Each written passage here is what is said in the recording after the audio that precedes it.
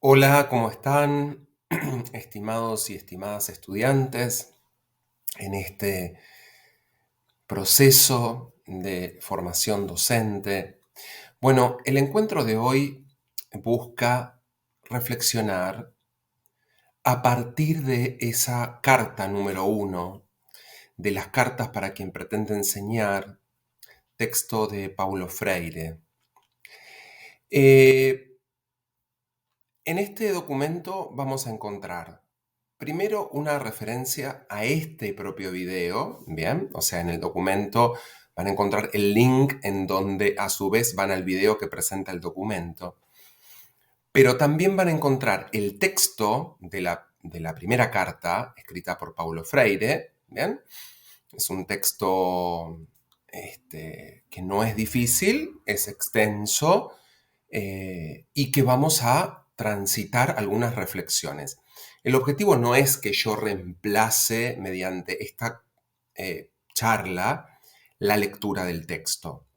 Busco generar algunas reflexiones a partir de lo que en el texto se presenta. Bien, tenemos para leer el propio texto de Freire, la carta número 1, pero después también tenemos un link donde está el audiolibro, ¿bien? Leído por un ser humano, no una máquina, que, lee esa primera carta de Freire. Con lo cual, si alguno lo necesita, puede escuchar esa narración, esa lectura de la carta número 1. Bueno, a veces mientras uno está en el colectivo, aprovecha tiempo, y bueno, bien. Con lo cual lo tienen en ambos formatos, en formato papel, o mejor dicho, en formato texto escrito, porque es un PDF, y en formato audiolibro. Bien, algunas reflexiones previas a la carta número 1. Bien, primero y principal, algo que es bien propio del lenguaje de Freire, que es la diferenciación entre la noción de maestra, entendido como una profesional, que por supuesto tiene un fuerte compromiso con los niños y con la infancia, seguramente les tiene mucho cariño, pero no confundir con una idea de la maestra como segunda madre, ¿no es cierto? Que a simple vista parece algo bello, pero que puede esconder la falta de profesionalismo, la mera voluntad. Uno es docente porque tiene voluntad y no formación, esconde o niega el lugar del docente o la docente como trabajador, ¿no es cierto? Por quien debe recibir un sueldo, capacitarse, ¿bien? Bueno, son funciones distintas, la función del familiar y la función del educador. Freire a esta idea de el mito del educador como la segunda madre, ¿no es cierto? Lo llama tía, ¿no? Es una palabra que se usa, recuerden que Freire es un brasilero, ¿bien? Para referirse a estas maestras madres, ¿bien? Que ahí en este afiche les puse que es una trampa de la buena voluntad, ¿bien? Bueno, después es importante en esta introducción previa a la clase número 1 pensar en cuáles son la percepción, cuáles son las representaciones que la sociedad tiene acerca de la tarea docente, ¿no? Porque la reflexión pedagógica, la reflexión de la pedagogía, es aquella que se hace sobre la acción de enseñar, de aprender, del ámbito escolar de la enseñanza y el aprendizaje. Pero ¿qué piensa el resto de la comunidad de nosotros? Esto es importante porque a veces se piensa que los problemas de la educación, los problemas de la escuela, van a poder resolverse, se generan y se resuelven dentro de la escuela. Y hay muchos elementos para pensar que esto es una falacia reduccionista. ¿Bien? Los problemas de la escuela y la solución a los problemas que se dan en la escuela van a poder tratarse cuando, sin duda, los educadores y profesionales de la educación estemos en ello, pero con acompañamiento y compromiso de la sociedad en general. ¿Bien? Eh, Tal vez pensemos que es momento de no seguir pidiéndole a la escuela y pidiéndole a las maestras, maestros y profesores y profesoras que solucionen todos los problemas sociales, ¿no es cierto? Bien, porque no es nuestra tarea. Sin embargo, eso sí es cierto, que cuando la sociedad tiene enormes problemas y se rompe el tejido, la escuela es una institución de la sociedad que sigue en pie intentando que lo poco que nos queda no se desmorone. Estoy pensando en periodos de crisis muy evidentes, como, bueno, la crisis del 2001 en Argentina y otras que cíclicamente a veces atravesamos. Bien, bueno, después también hay en esta introducción algo que va a volver una y otra vez, que es la necesidad de el conocimiento. No se enseña y aprende simplemente por buena voluntad, como la docente copada, la segunda madre, ni porque ustedes saben hacer cosas, yo sé arreglar tal cosa, sé fabricar tal otra, sé hablar tal idioma, y eso simplemente se transmite. Bueno, no es suficiente. El saber a enseñar necesita un conjunto de saberes del campo pedagógico didáctico, además del disciplinar, que es necesario tener. Por ejemplo, el saber en torno a la programación y a la evaluación de la enseñanza como binomio inseparable. ¿Por qué inseparable? Porque vamos a tener que pensar y repensar qué estamos entendiendo por evaluar. Evaluar los objetivos de aprendizaje, evaluar nuestra propia enseñanza, algo que no estamos del todo acostumbrados, evaluar el funcionamiento institucional, sin externalizar tan rápidamente las culpas, algo que aparece en la primera carta en la cual ya vamos a entrar. ¿A qué me refiero con externalizar las culpas? Me refiero a cuando algo no funciona, la culpa siempre la tiene un agente externo. ¿Bien? Si no aprenden es porque los estudiantes son vagos o no son inteligentes o no están motivados. O si los maestros y maestras no aprenden, no enseñan bien, es porque, bueno, no hay un buen programa de capacitación. Todo eso puede ser cierto. Pero acá la reflexión es si podemos tener una mirada de análisis superadora en donde el reclamo y la militancia por una educación mejor no se agote en la esterilidad de la queja, ¿no? Bueno, una buena acción, por ejemplo, gremial en el campo de la educación, intenta llevar al campo de la acción, de la mejora y no la mera queja desgastante, ¿no? A veces vieron que las salas de profesores pueden volverse a veces ámbitos en donde la queja nos es asfixiante. Bien. Y luego la crítica en esta sección a los cambios políticos sobre educación. Bueno, este es un texto que ya tiene varias décadas y esas reformas educativas que a veces uno tiene la sensación que la reforma termina siendo nominal porque en la práctica no se dan las mejoras que uno desearía. Bueno, esto no es nuevo, Freire ya lo veía y nos propone analizar la educación como parte de las políticas públicas, ¿sí? No como algo aislado. Políticas públicas que por supuesto pueden ser para mejor cuando hay distribución de la riqueza y distribución de los derechos, pero también puede ser para peor. Bien, bueno, ¿cómo se llama esta carta número 1? Enseñar a aprender. Hay dos binomios en el título de esta carta: enseñar y aprender, y leer el mundo y leer la palabra. Bueno, una gran tesis de esto es la vinculación que existe en estos binomios. Enseñar y aprender, aunque no sean lo mismo, sin embargo, son dos elementos que ya vamos a ver, son inseparables en nuestro propósito. Nosotros queremos enseñar de la mejor manera para que se logren los mejores y mayores aprendizajes. ¿Bien? ¿Y qué es esto de leer el mundo y leer la palabra? Bueno, leer el mundo significa, dentro del lenguaje de este capítulo, comprender.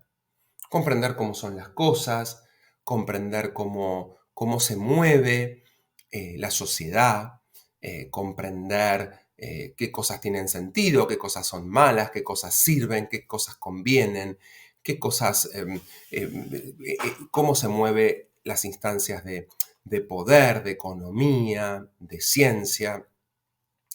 Pero esa lectura del mundo, todos tienen algún tipo de lectura del mundo. El peligro es que esa lectura del mundo, esa comprensión del mundo, sea una comprensión dogmática, cristalizada, que se ha hecho piedra, en donde yo digo, bueno, las cosas son de esta manera, ¿no es cierto? Y no tengo la posibilidad de reflexionar realmente porque tengo una interpretación y esa interpretación se la impongo a la realidad, aunque la realidad tal vez no sea tan blanco o negro. Y la tesis de Freire acá es que el estudio, el mundo de los libros, el mundo de la reflexión, el mundo de la escritura, hace que esa lectura del mundo, gracias a su vínculo con la lectura de la palabra, que sería la lectura de los libros, ahí tienen libros por detrás, ¿bien? Es una sinergia que hace que esa lectura del mundo sea más rica, más interesante, más profunda, menos cerrada, menos cuadrada, más vinculada con la libertad y la creación. Bien, bueno, ¿qué cuestiones quiero marcarles en esta carta número 1 que ustedes van a leer y probablemente que van a escuchar también? Bueno, primero saber que si bien el binomio enseñanza y aprendizaje está en el corazón de la acción pedagógica, no es un mismo proceso, como a veces se decía antiguamente, ¿no? Todavía uno lo escucha, el proceso de enseñanza y aprendizaje como si fuera uno solo. Uno enseña y a veces no se aprende. Y a veces la gente aprende por circuitos propios, por experiencia, y tal vez no hubo alguien que hizo un acto de enseñanza sistemático. ¿Sí? Capaz que es una forma de aprender más propio de la educación no formal. Bueno, enseñanza y aprendizaje se vinculan, pero no siempre de manera punto a punto, no siempre de manera directa. Bien, tanto es así que dice Freire, si uno tiene una actitud abierta y sabe escuchar, sabe mirar al otro, quien enseña también aprende, porque aprende cómo el otro recibe lo que yo le explico, aprende qué sentido tiene lo que le estoy enseñando en la vida de esos sujetos, qué cosas no tienen sentido aparentemente, o qué cuestiones yo pienso que son importantes, porque son importantes para mí, por mi formación, por mi historia, pero que tal vez en el mundo contemporáneo, con las nuevas subjetividades, con las nuevas búsquedas, por ahí no es lo que se necesita. Entonces, si yo tengo esta actitud abierta y no cristalizada, al enseñar, si sé escuchar, también aprendo. ¿Bien? Tengo que tener para eso, como dice aquí, la apertura, ¿bien? Actitud de apertura e involucrarme con la curiosidad del estudiante. Para enseñar, algo que ya habíamos presentado, se necesita saber. No solo basta ser copado, tener buena voluntad, querer ayudar a los otros, todo eso suma, pero además hay que tener conocimiento. Conocimiento técnico, conocimiento disciplinar, conocimiento didáctico, conocimiento pedagógico, conocimiento normativo, ¿bien? Y no se trata de acumular conocimiento, se trata de lograr un conjunto de saberes que permita la comprensión de ese fenómeno en donde, como decía en la carta número 3, es un acto de intervención en donde no estamos trabajando sobre un torno o sobre un puente o sobre un instrumento musical o sobre un lienzo, estamos trabajando sobre una persona, ¿no? Y esto hace que nuestro saber sea imprescindible. Bien, y por eso tenemos responsabilidad ética, política y profesional, dice Freire. Es necesario saber y una capacitación constante y análisis crítico de nuestras propias prácticas. A veces uno cuando transita el profesorado tiene la ventaja de que hay alguien que te mira lo que haces, ¿no es cierto? Te miran las planificaciones, te miran, te preguntan cómo te fue en la clase y se analiza, te van a observar si es necesario. Pero a veces después la tarea docente se hace en mucha soledad y uno pierde el poder de mirar la propia clase para ver qué funcionó, qué no funcionó y por qué. Y nuevamente, sin hacer la externalización inmediata de las culpas. Por supuesto que no se trata tampoco de asumir todos los problemas como propios, pero sí de analizarlo como sistema, ¿sí? No reducir la mirada.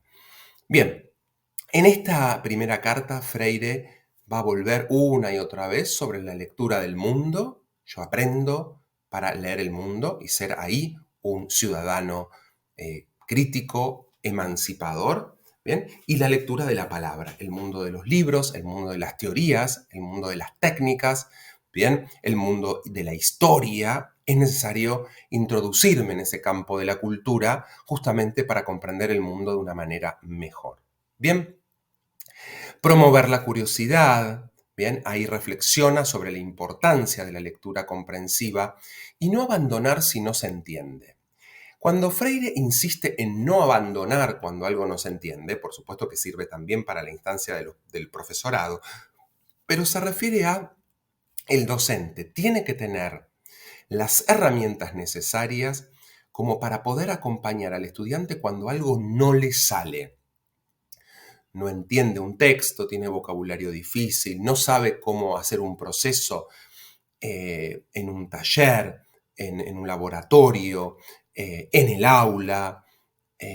Bueno, el profesor tiene en su saber didáctico, volvamos con esto que es importante el saber, pensar cuál es la secuencia, cuál es el proceso, cuáles son los pasos, cuáles son, cuáles son las secuenciaciones didácticas, porque a veces dice Freire, yo no entiendo este párrafo porque hay un término, una idea que no estoy entendiendo, pero cuando entiendo esa idea, porque me explican la palabra, mágicamente, entre comillas, se soluciona la comprensión de ese párrafo. Bueno, lo mismo pasa con otros saberes, artísticos, lingüísticos, técnicos, y eso forma parte de nuestro saber didáctico. El vínculo entre leer la palabra y leer el mundo no es algo meramente mecánico, no se trata de comprender, sino de darme cuenta que al tener más conocimiento, eso me gusta, por eso aparece la idea de lo gratificante, y que ese saber nuevo potencia mi posibilidad de ser más libre, ¿cierto? Recuerden que la pedagogía va a estar todo el tiempo coqueteando con planteos de filosofía de la educación, ¿no? Conocemos más y ese saber nos hace más libres, ¿eh? No es poca cosa. Bueno, cuando dijimos que la lectura no es solamente un acto de decodificar información, es porque buscamos la experiencia de la comprensión y la comunicación. Ahora, ¿cómo hago para que la lectura no sea meramente un input de información, sino sea una comprensión vinculada con la experiencia vital? Bueno, justamente vincular ese mundo escolar con la vida. ¿Bien? Algo que algunas escuelas, por ejemplo las escuelas técnicas, por ejemplo algunas escuelas de oficio, históricamente han pretendido vincular, ¿no? No me refiero estrictamente al mundo del trabajo, que también, sino a la vida de las personas, ¿no? A sus intereses, al mundo de aquello que les resulta importante y significativo. La escuela tiene una historia, la historia de la educación, que se asimila al claustro, a los muros. Dentro de la escuela se estudian cosas que sirven y tienen sentido solo dentro de la escuela, en principio. Bueno, eso no está bueno. Lo que está bueno es que la escuela y el mundo dialoguen. No es una acción de genuflexión, porque la escuela no debe adaptarse a lo que el mundo pide de manera lineal, porque el mundo tiene muchas cosas que no queremos, que queremos transformar. Y la escuela es el lugar para criticar esas cosas, ¿no? Pero sí, la escuela y el mundo deben tener un diálogo crítico permanente. Bien, la lectura y la escritura son, lo van a encontrar en la carta en varios momentos, procesos inseparables, ¿bien? Son ambos necesarios y la escritura es la acción que está relacionada con la lectura, en donde soy yo quien comienza a devenir autor. Nuevamente aquí no nos referimos a la escritura que transmite información. Yo encuentro algo, una información en un párrafo y la transcribo en mi cuaderno. No me refiero a la mera acción de transcriptor, sino nos estamos refiriendo, Paulo Freire se refiere, a quien escribe porque está pensando y quiere plasmar en la construcción de un texto sus propias ideas. Ya se dan cuenta que si uno va autorizándose a ser un autor de sus propias reflexiones acerca de la educación, acerca de lo que quiero enseñar, es un acto de emancipación para con la propia tarea. Es una tarea menos alienada, es una tarea más libre. Bien, bueno, en el texto van a encontrar un conjunto de ejemplos empíricos de educadores y educadoras que cuentan ahí cómo percibían su pueblo, Puerto Montt, ¿no? Freire viajó por muchos países de Latinoamérica y, bueno, cómo la lectura de la palabra, o sea, la lectura del mundo de la cultura, de los libros, de las teorías, va enriqueciendo y permite objetivar y comprender mejor esa lectura del mundo. Bien, en todo caso, la lectura debe ser una enseñanza crítica, no memorística. Esto no quiere decir que la memoria no sirva. Se estudia, hay que estudiar usando la memoria, pero no de memoria. Bien, en donde se lea el texto, pero también se lean los contextos en donde esos textos nacieron. Bien, los docentes tienen que conocer las lecturas pedagógicas en torno a su propia disciplina. Acá está hablando de la lectura, pero ustedes tendrán otras disciplinas y tendrán que estar interiorizados como docentes cuáles son las dificultades que pueden tener sus estudiantes en las disciplinas que ustedes enseñan para poder enseñar mejor. Freire está en esta primera carta haciendo un llamado a darse cuenta que convertirse en un profesor y en una profesora no es una tarea simple, rápida, como si fuera el fast food, como ir a McDonald's, que enseguida te dan la comida en 2 minutos. No. Requiere, lo que aquí marqué, trabajo paciente y constante estudio. Bien, en donde no se van a entender todo en una primera instancia. Leer, y cuando algo no se entiende, no echar la culpa inmediatamente al autor, inmediatamente a quien nos ha ofrecido el texto, sino hacer un trabajo de esfuerzo. En una cultura de la dificultad, del esfuerzo y de la inmediatez, la lectura y el convertirse en un educador, dice Freire, es un trabajo constante que demanda esfuerzo. Un esfuerzo que tiene muchísimos beneficios, muchísimos buenos réditos, pero es un esfuerzo.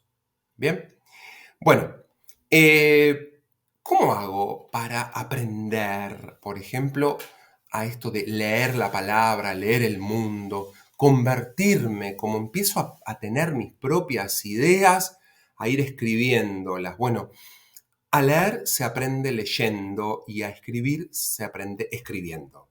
Escribiendo y leyendo con otros, escribiendo y leyendo y revisando eso que se hace, pero esto lo dice y lo vuelve a decir, leer y escribir no son cuestiones eminentemente teóricas. Leer y escribir son prácticas. Y la práctica se aprende practicando. No hay mucho secreto en eso. ¿Bien? Hay que animarse a la práctica de leer y escribir y recuerden algo, no pensar que el territorio de la lectura y la escritura no es un territorio propio, ¿sí? Porque tal vez uno le interesa el campo de las ciencias vinculadas con lo matemático o lo técnico, o lo exacto, y no el mundo de las letras. Bueno, podrá hacerlo de otra manera, podré escribir como escribe Descartes, ¿no? El gran físico y matemático, gran escritor y filósofo, pero eso no quiere decir que yo no piense y no pueda plasmar por escrito lo que estoy pensando, para nada. ¿Bien?